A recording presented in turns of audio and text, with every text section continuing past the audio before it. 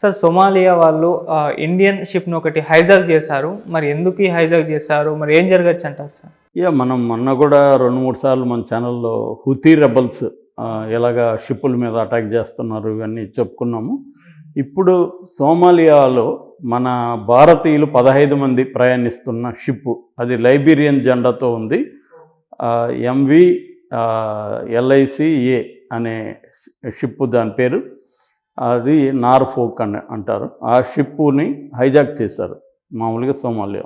ఇప్పుడు దానికోసం మన ఇండియన్ వార్షిప్ INS చెన్నై, దాని పేరు యుద్ధనౌక ఇప్పుడు దాని దగ్గరికి వెళ్తుంది. ఫ్లైట్లో కూడా ఒక ఫ్లైట్ కూడా దాని మీద ఎగురుతూ నిఘా పెట్టింది. సో ఇప్పుడు ఏంటంటే వాళ్ళని ఏమన్నా చేయాలంటేమో 15 మంది బందీలుగా ఉన్నారు కాబట్టి వాళ్ళ ప్రాణాలకు ప్రమాదం. అందువల్ల ఇప్పుడు సోమాలియా వాళ్ళ పైరేట్ చేతిలో ఉన్న షిప్ని ఎలా విడిపించాలి, మన ఇండియన్స్ని ఎలా సేఫ్గా తీసుకురావాలనేది ఇప్పుడు మన దేశ ప్రభుత్వం ముందున్న కర్తవ్యం. అందుకనే జాగ్రత్తగా డీల్ చేస్తుంది. ఎందుకంటే సోమాలియా వాళ్ళు వెరీ వెరీ వెరీ అన్పాపులర్ ఈ విషయంలో. అంటే నోటోరియస్ అంటారు, నోటోరియస్ అనమాట. హైజాక్ చేయడంలో ఇప్పటి నుంచి కాదు, వాళ్ళు ఎప్పుడో 90s నుంచి కూడా వాళ్ళు విపరీతంగా హైజాక్లు చాలా పాపులర్. అది దాని మీద మన సినిమాలు కూడా వచ్చాయి, 2-3 సినిమాలు వచ్చాయి. సో పేరు ఏది మర్చిపోయినా, క్యాప్టెన్ పేరుతో వస్తుంది, నేను కూడా చూశాను. అది చాలా బాగుంటుంది. సో ఇలా ఈ స్థాయిలో ఎందుకు చేస్తారు సోమాలియాలో అనుకున్నప్పుడు, సోమాలియా దగ్గర gulf of Aden, Guardafui channel, Somalia sea అంటే ఇండియన్ ఓషన్ దగ్గరతో ఉంటుందన్నమాట. ఇవన్నీ ఇక్కడ దాదాపు 30,000 నౌకలు ప్రయాణిస్తుంటాయి సంవత్సరానికి. సో అందువల్ల వాళ్ళకి అందుబాటులో ఉందన్నమాట ఇది. అయితే సోమాలియాలో వాళ్ళు వెరీ నోటోరియస్ పైరేట్స్. వాళ్ళ లైఫ్ స్టైల్ కూడా కొంతమందిది వెరీ వెరీ లగ్జరియస్గా ఉంటుంది. అంటే దీంట్లో వచ్చే బిలియన్ డాలర్స్ వాళ్ళు సంపాదించే వాళ్ళు ఉన్నారు. ఎందుకంటే వీళ్ళు చాలా రెమ్యునరేషన్, చాలా అంటే దాని ఏమంటారు, హైజాక్ చేసి బందీలుగా పట్టుకొని తమకి డబ్బు ర్యాన్సమ్ అంటారు. ఆ ర్యాన్సమ్ చాలా ఎక్కువగా ఉంటుంది అనమాట. $1 మిలియన్ అడుగుతారు. ఆ షిప్పులో ఇంకా మనుషుల్ని కాపాడుకోవడానికి గవర్నమెంట్స్ పే చేస్తుంటాయి. అలాగా అసలు ఎందుకు సోమాలియా వాళ్ళు చేస్తారన్నప్పుడు కొన్ని కారణాలు చూస్తే, సోమాలియా దేశం అనేది 90s నుంచి కూడా 91లో వాళ్ళ దేశంలో ఉన్న గవర్నమెంట్ని కూలదోసి ఇథియోపియా గవర్నమెంట్ అటాక్ చేయడం మొదలుపెట్టింది. అప్పటి నుంచి ఇంటర్నల్ ప్రాబ్లమ్స్ ఉన్నాయి, సివిల్ వార్ లాంటిది జరుగుతుంది. అందుకని సోమాలియాని ఫెయిల్డ్ స్టేట్ అని కూడా పిలుస్తారనమాట. సో ఆ తర్వాత 2006లో కూడా ఇథియోపియా సోమాలియా మీద అటాక్ చేసింది. అందువల్ల నిరంతరం సోమాలియాలో ఒక ఘర్షణ వాతావరణం ఉంటుందన్నమాట. దీని నుంచి క్రైమ్ అనేది పెరుగుతూ వచ్చింది. లాలెస్నెస్ ఎప్పుడైతే ఉంటుందో, ఈ లాలెస్నెస్లో నుంచి క్రైమ్ పెరుగుతుంది. చట్టం అనేది పనిచేసే పరిస్థితి లేనప్పుడు ఎక్కడైనా మనం ఎక్కువగా క్రైమ్ ఎందుకు జరగదు, చట్టానికి భయపడి జరగదు. చట్టం కానీ లేదనుకో క్రైమ్ ఎక్కడైనా క్రైమ్ పెరిగిపోతుంది.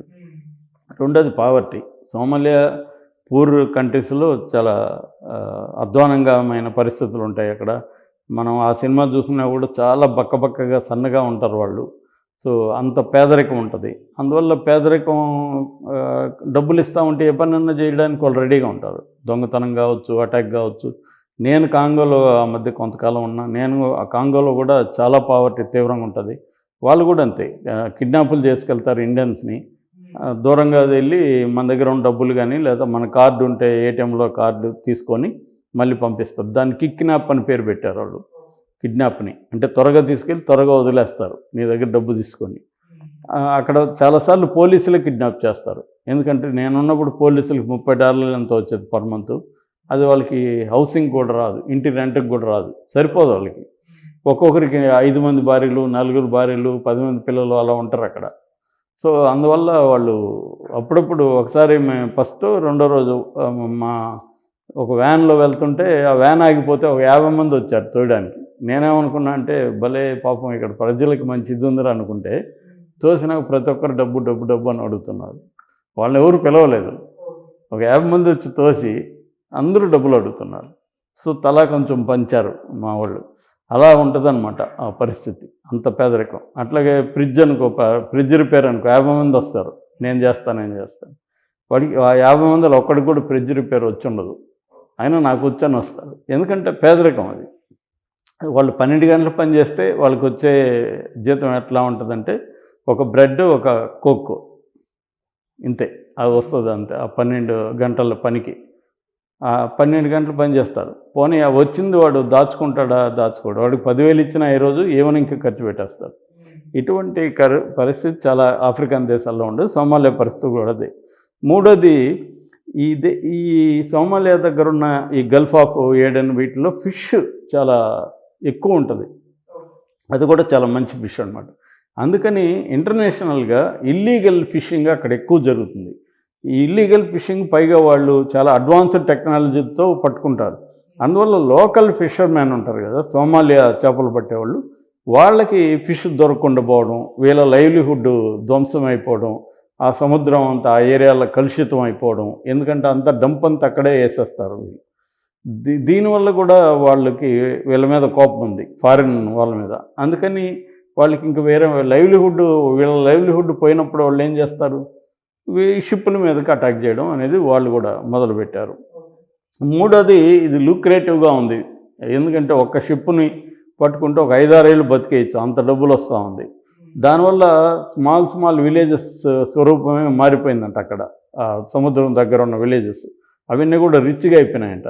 ఎందుకంటే ఆ డబ్బులు తెచ్చి వీళ్ళు ఇక్కడే ఖర్చు పెడతారు, సరుకులు కొంటారు, అన్నీ కొంటారు. కాబట్టి షాపులు పెరిగిపోవడం, దానివల్ల ఇండ్లు కట్టుకోవడం, ఇలాగా ఒక రిచ్ అనేది ఒక ఎకనామీ అక్కడ డెవలప్ అయింది. ఈ హైజాక్ ఎకనామీ అని చెప్పొచ్చు దాన్ని.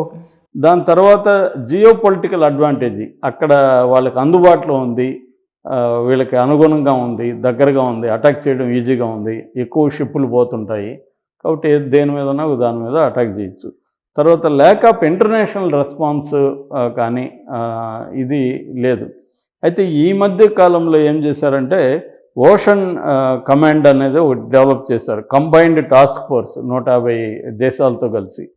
దీనివల్ల కొద్దిగా కంట్రోల్ అయ్యారు. ఈ మధ్య నిజానికి గత 5-6 ఏళ్లలో ఎక్కువ జరగలేదు. అందువల్ల ఏం చేశారంటే ఓషన్ హై రిస్క్ ఏరియా అని ఒకటి ఉండేది, దాని లిమిట్ ఎత్తేసారు మొన్ననే. హై రిస్క్ ఏరియా కాదన్నట్టుగా, ఎందుకంటే తగ్గిపోయిందిలే అన్నట్టుగా ఎత్తేసిన తర్వాత ఇది జరిగింది మన ఇండియన్స్ది. ఇప్పుడు మామూలుగా ఈ హైజాక్ చేసే వాళ్ళల్లో 3 రకాలు ఉంటారు. ఒకరు అంటే ఆ టీంలో 3 రకాల కాంబినేషన్ ఉంటుంది. లోకల్ ఫిషర్మెన్, చేపలు పట్టేవాళ్ళు ఉంటారు ఆ టీంలో, ఎందుకంటే వాళ్ళకి ఆ సముద్రం మీద కంట్రోల్ ఉంటుంది, ఎలా వెళ్ళాలి, ఎప్పుడు అలలు వస్తాయి, ఎప్పుడు ఇది అవన్నీ తెలుసు వాళ్ళకి. రెండోది మిలిషియా వాళ్ళు, మిలిటరీలో పనిచేసిన వాళ్ళు కావచ్చు, లేకపోతే ప్రైవేట్ ఆర్మీలలో పనిచేసిన వాళ్ళు కావచ్చు, వాళ్ళు ఉంటారు. వాళ్ళకి ఏంటంటే గన్స్తో ఎట్లా చేయాలి అవన్నీ. ఎక్కువగా ఆర్పీజీలు అంటారు. ఆర్పీజీలు అంటే రాకెట్ ప్రొఫైల్డ్ గన్స్. భయపెట్టడానికి ఫస్ట్ వాటిని వదులుతారు, రాకెట్లు వచ్చి పడతాయి అన్నమాట, ఆ గ్రెనేడ్లు వచ్చి పడతాయి షిప్ మీద, ఒక భయభ్రాంతం చేస్తారు ఫస్ట్. దాని తర్వాత టెక్నికల్ ఎక్స్పర్ట్స్ ఉంటారు, జీపీఎస్ వాడడానికి ఇవన్నీ. సో వీళ్ళు ఏం చేస్తారంటే వీళ్ళ స్కిప్స్ అంటారు, ఒక స్పీడ్ బోట్ లాంటివి, ఆ స్కిప్స్లో వెళ్తారు. ముందు ర్యాకెట్ లాంచర్తో దెబ్బ కొడతారు. దెబ్బ కొట్టే వాళ్ళు భయభ్రాంతం ఏం జరుగుతుందనేది ఆ షిప్లో ఉన్న సిబ్బంది తేరుకునే లోపలే షిప్ దగ్గరికి వీళ్ళు వెళ్ళిపోయి చిన్న రోప్ ల్యాడర్స్ ఉంటాయి నిచ్చెనలో, వాటిని వేసి కొక్కికి వేసి కట్టి వీళ్ళు ఎక్కేస్తారు. పైకి ఎక్కి ఇంకా గన్ పాయింట్లో వాళ్ళని ఇచ్చేస్తారు. అక్కడి నుంచి వాళ్ళు ఓపెన్ చేస్తే దాని నుంచి మిగతా బ్యాచ్ వెళ్తారు. వీళ్ళకి దగ్గరలో వాళ్ళ షిప్ ఒకటి పెట్టుకుంటారు, వీళ్ళు పిలిచినప్పుడు వాళ్ళని మళ్ళీ అక్కడి నుంచి వెళ్ళడానికి.